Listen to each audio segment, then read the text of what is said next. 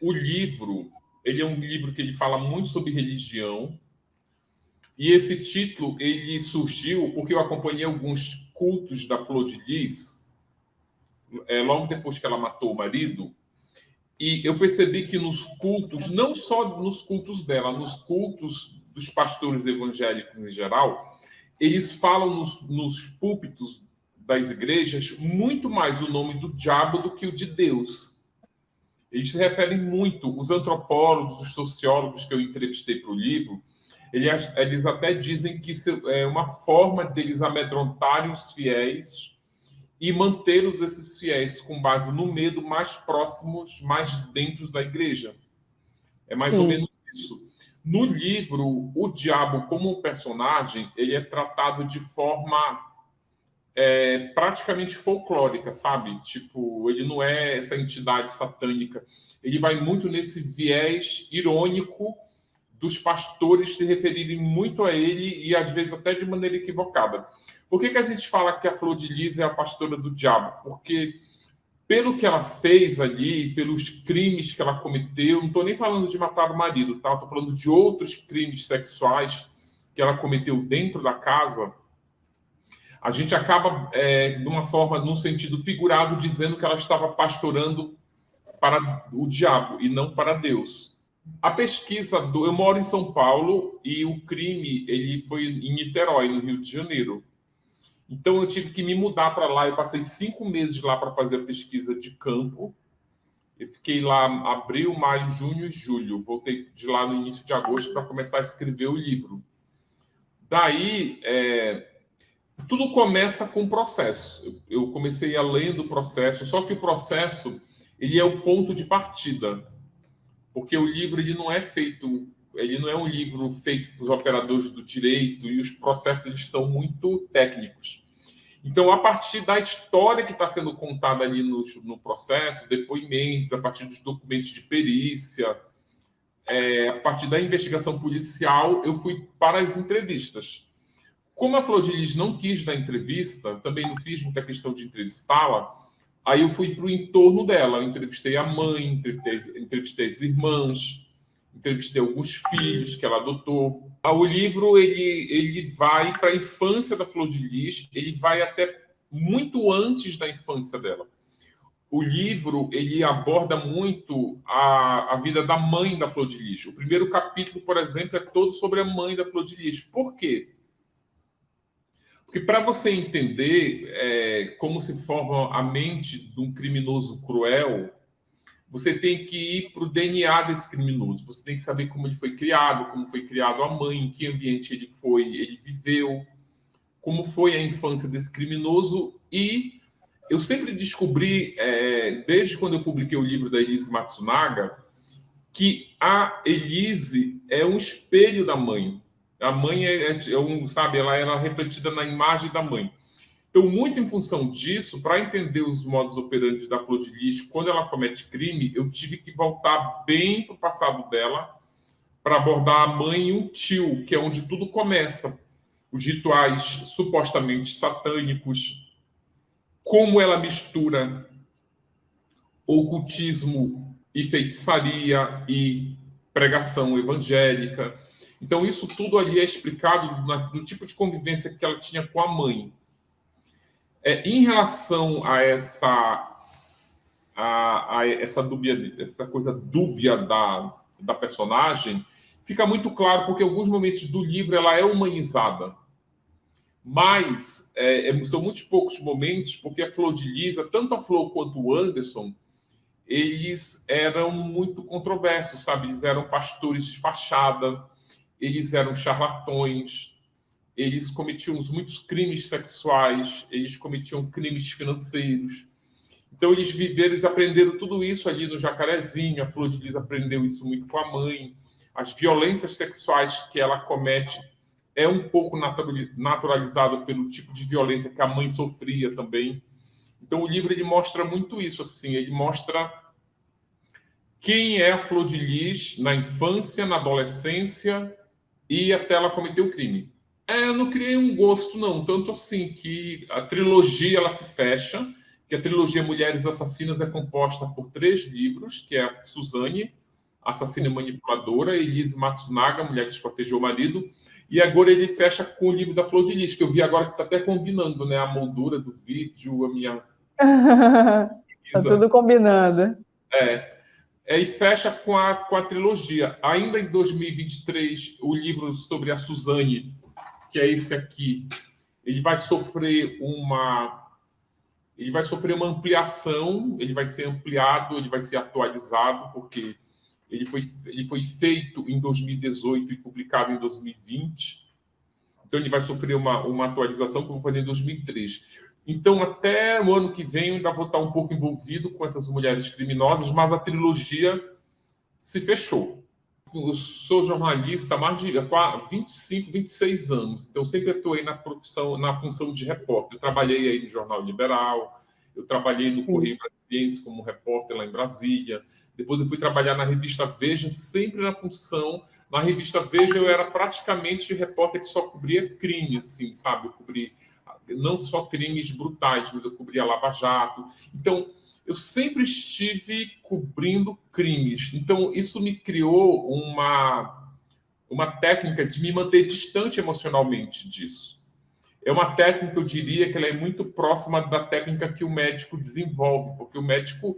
Imagina um médico que trabalha numa UTI infantil, fica lá toda semana dando notícia triste para os pais, ele não pode se emocionar, ele não pode se abalar emocionalmente com o trabalho dele, senão ele não consegue trabalhar. Então é mais ou menos isso.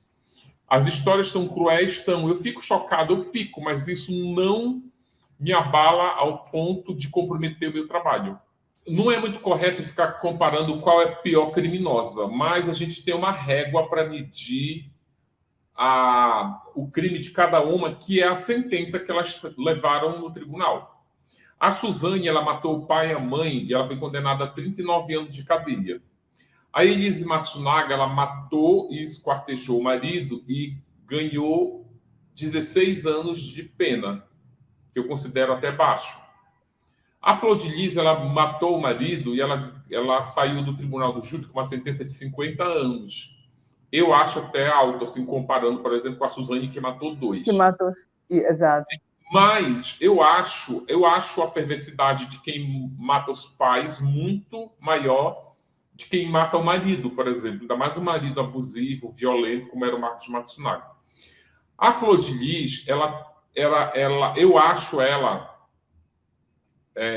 das 3, a mais cruel, porque ela usava muito a fé das pessoas, ela se aproveitava da fé, ela era uma falsa pastora.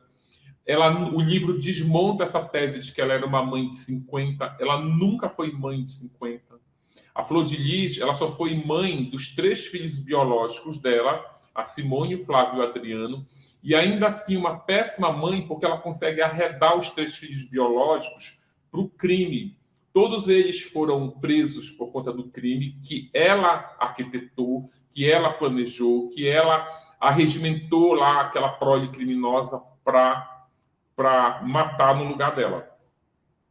Então, o livro ele mostra esse desmonte dessa figura da mãe zelosa, que a Flor de Lis nunca foi. O que a Flor de Lis fez foi montar uma organização criminosa. Ela chamava essa crime de família porque ela precisava, era um marketing dela, ela sabia que quanto mais filhos ela tivesse, mais os objetivos dela seriam alcançados. O primeiro objetivo dela era ser uma pastora, ela se tornou uma pastora muito em função da forma como ela se apresentava nos bairros ali, como aquela mãe que resgatava a criança de rua. Depois ela se torna uma cantora gospel, se torna a deputada federal mais votada nas eleições de 2018 no Rio de Janeiro, sempre usando essa máscara da supermãe. E é importante dizer também que isso tudo foi planejado pelo Anderson. A Flor de Lis, ela era um fantoche, uma marionete na mão do Anderson. Quem planejou tudo isso foi o Anderson. A Flor de Lis, ela era apenas um instrumento nos planos do Anderson.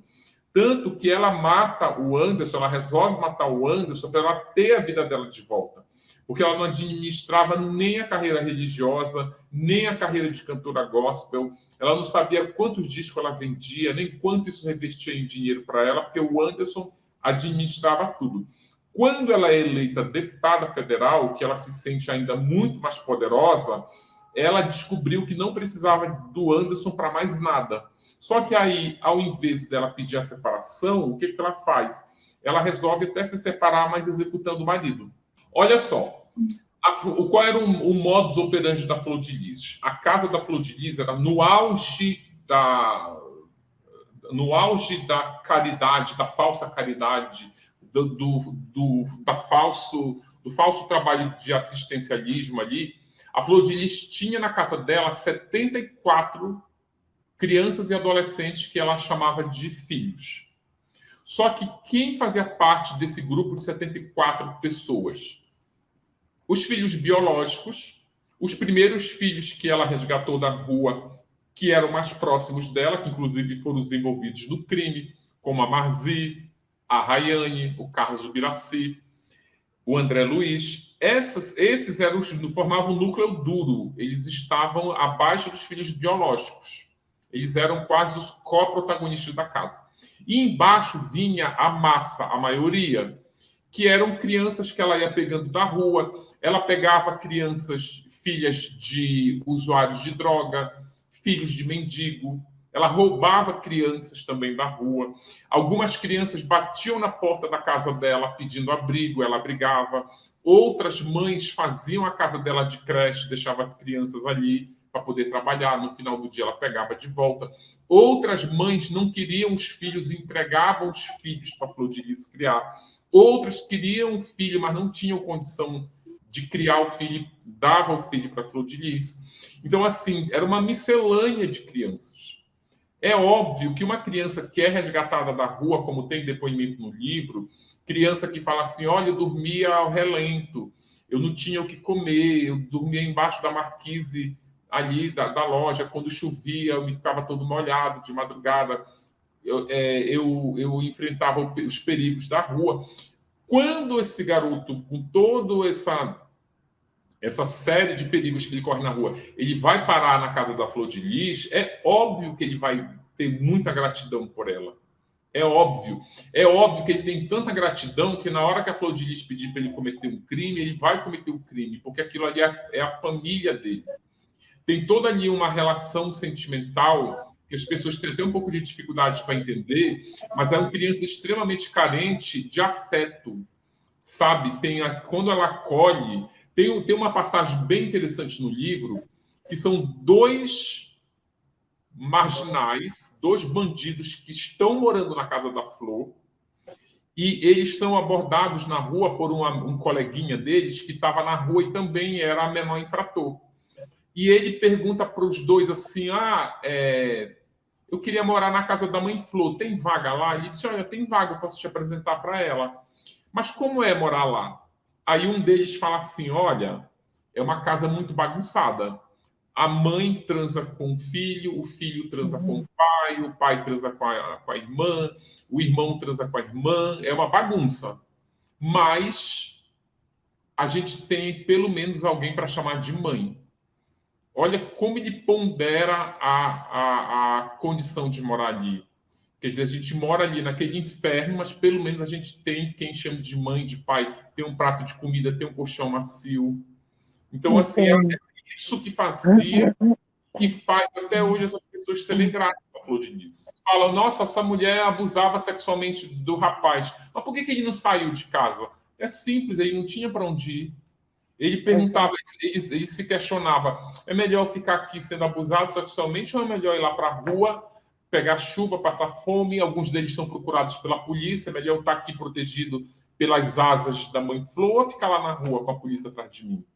E sempre temos que levar em conta que a gente está falando do Jacarezinho, que é considerado um dos bairros mais violentos do Rio, é um bairro dominado pelo Comando Vermelho. Então, as crianças elas são arregimentadas para o tráfico muito cedo. Então, é nessas condições que essas pessoas viviam. É esse o cenário onde se desenvolve a vida da Flor de Lis. A criança número 001 que ela resgatou chama-se Rayane. É a primeira filha que ela adota. Essa menina foi retirada de uma mulher usuária de droga na Praça da República, no centro do Rio. Essa mulher ela tava em estado letárgico da droga e ela pega a menina do colo, assim, com muita pena, era uma menina desnutrida, estava fraquinha.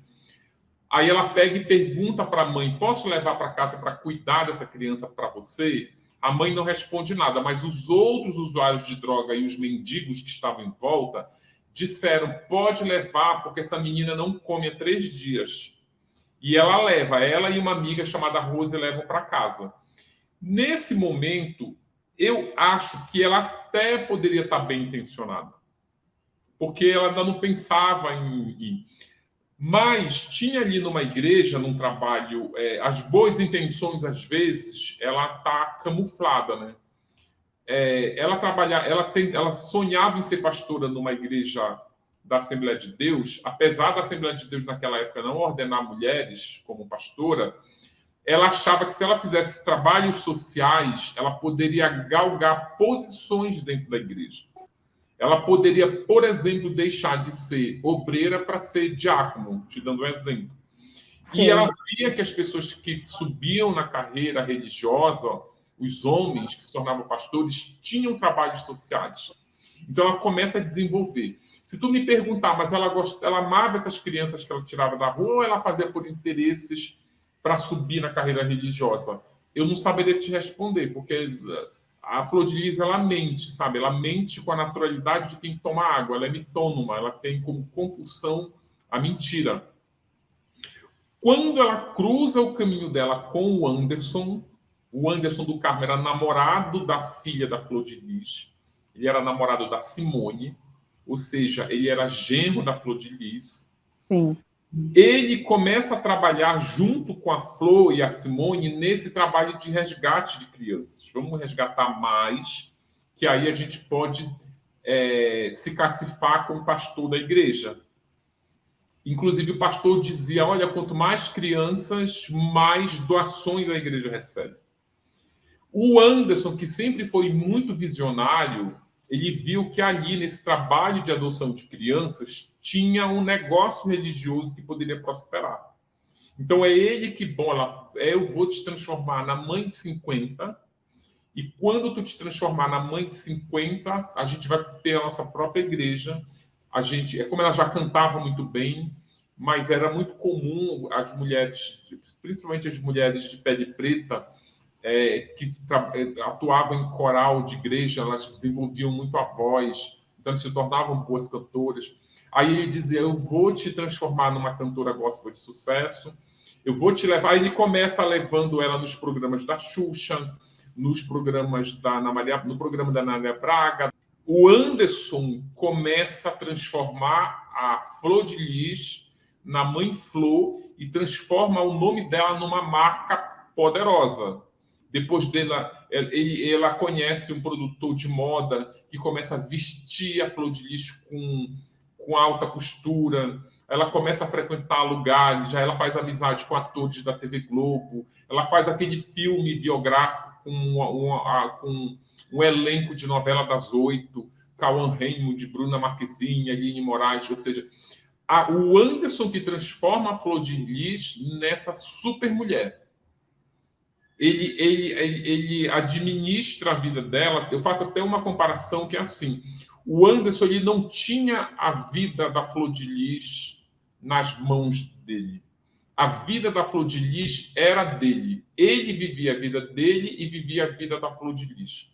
Quando a Flor de Lis foi eleita deputada federal, a Flor de Lis não sabia nem andar nos corredores do Congresso. Ela não sabia nem o que patavinas fazia um deputado. Ela não sabia nem o caminho do Salão Nobre, não sabia nada. O Anderson sabia tudo. O Anderson era o deputado. Ela era apenas a rainha da Inglaterra. O Anderson era o mandato da Flor de Lis era do Anderson. O Anderson era a Flor de Lis. Tanto que, metaforicamente, não tinha como a Flor de Lis se livrar do Anderson, se separando, porque simplesmente a vida dela pertencia a ele. Então, ela entende isso de maneira tão crucial para a vida dela, que ela descobre que a única maneira de romper para ter a vida dela de volta é matando ele.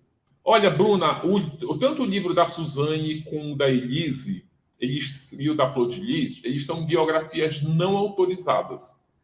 O que é uma biografia não autorizada? É que eu não tenho contato nenhum com a pessoa que eu estou biografando. Isso é um modelo de biografia que tem muito valor no mercado editorial. Se eu tiver contato com essas mulheres e dar espaço para essas mulheres falarem no livro, a biografia passa a ser autorizada. Entendi. Porque se é um livro sobre elas, só vai ter no livro o que elas disserem que é verdade, a minha vida não é assim, eu nunca abusei de criança nenhuma, então não pode ter nesse livro que eu era uma abusadora. Isso é uma biografia. Isso não é é um perfil dessas mulheres. Sim, e para esse tipo de biografia, é muito mais interessante eu ouvir o que as pessoas têm a dizer sobre ela e não o que ela tem a dizer sobre si. Porque a resenha, as pessoas mentem para falar bem de si. Então, isso não me interessa, sabe? Ela tem um livro, uma autobiografia aí, inclusive, que ela lançou, acho que em 2009, não me lembro. Então, quem quiser saber as mentiras que ela conta, a Supermãe, a Mãe Amorosa, vai para a biografia dela. O meu livro é uma biografia não autorizada, ou seja, é o que as pessoas dizem sobre ela. Mãe, as irmãs, os filhos, os amigos, os inimigos. É assim que se compõe uma biografia não autorizada. Uma coisa é ter contato, uma coisa é eu não entrevistar a pessoa para o livro. Entendi. Por exemplo, se eu fazer a tua biografia, eu vou dizer, Bruna, vamos conversar, que eu quero te ouvir para botar tudo que tu me disser no livro. Isso é uma entrevista. Eu chego lá, gravador. Agora, como era o contato que eu tinha? Aí eu fui e entrevistei lá um ex-namorado seu, o ex-namorado te detonou. Aí eu chego com você, olha, isso aqui é verdade? Uma coisa muito pequena que eu preciso checar com você. Você vai dizer se é verdade ou não. Tu diz, olha, isso não é verdade. Aí eu coloco tudo que o teu ex-namorado contou e digo, olha, ela nega. Ela disse que isso não foi assim. Isso não é uma entrevista, são contatos. Eu almocei com a Suzane lá em Angatuba. A Elise Matsunaga me mandava cartas para eu publicar no livro. As cartas que ela me mandou estão publicadas no livro, até porque são cartas endereçadas à filha. A Flor de Lis, quando ela foi presa, ela, via advogado, ela me pediu para mandar 20 perguntas para ela, que ela iria responder e eu poderia aproveitar essas perguntas, essas respostas no livro. Só que aí, eu acho que isso foi em março, abril, a editora divulgou a capa do livro já com o título, e essa capa ela viralizou. Quando ela viu a capa do livro, que uma presa levou lá para ela a capa, ela resolveu cortar contato definitivamente. Eu te confesso que não fez falta nenhuma. Olha, São Paulo tem muita venda, porque é o maior estado do país. Rio de Janeiro, Brasília tem muito. E tem muito em Belém, porque eu sou de Belém, eu trabalhei aí muito tempo no Jornal Liberal. Então tem mais... geralmente, a praça onde o crime acontece é onde mais as pessoas se interessam. Como o livro da Flor de Lis, ele já é uma trilogia, ele fecha uma trilogia, eu já tenho nome no mercado editorial escrevendo True Crimes, então as pessoas já estão assim, muito esperando pelo livro, sabe? Eu fiz o lançamento dele aqui em São Paulo ontem, eu fiquei com a mão dolorida de tanto que eu fiquei autografando o livro lá. O lançamento que eu fiz da Elise Matsunaga em Belém no ano passado, ele encheu muito lá.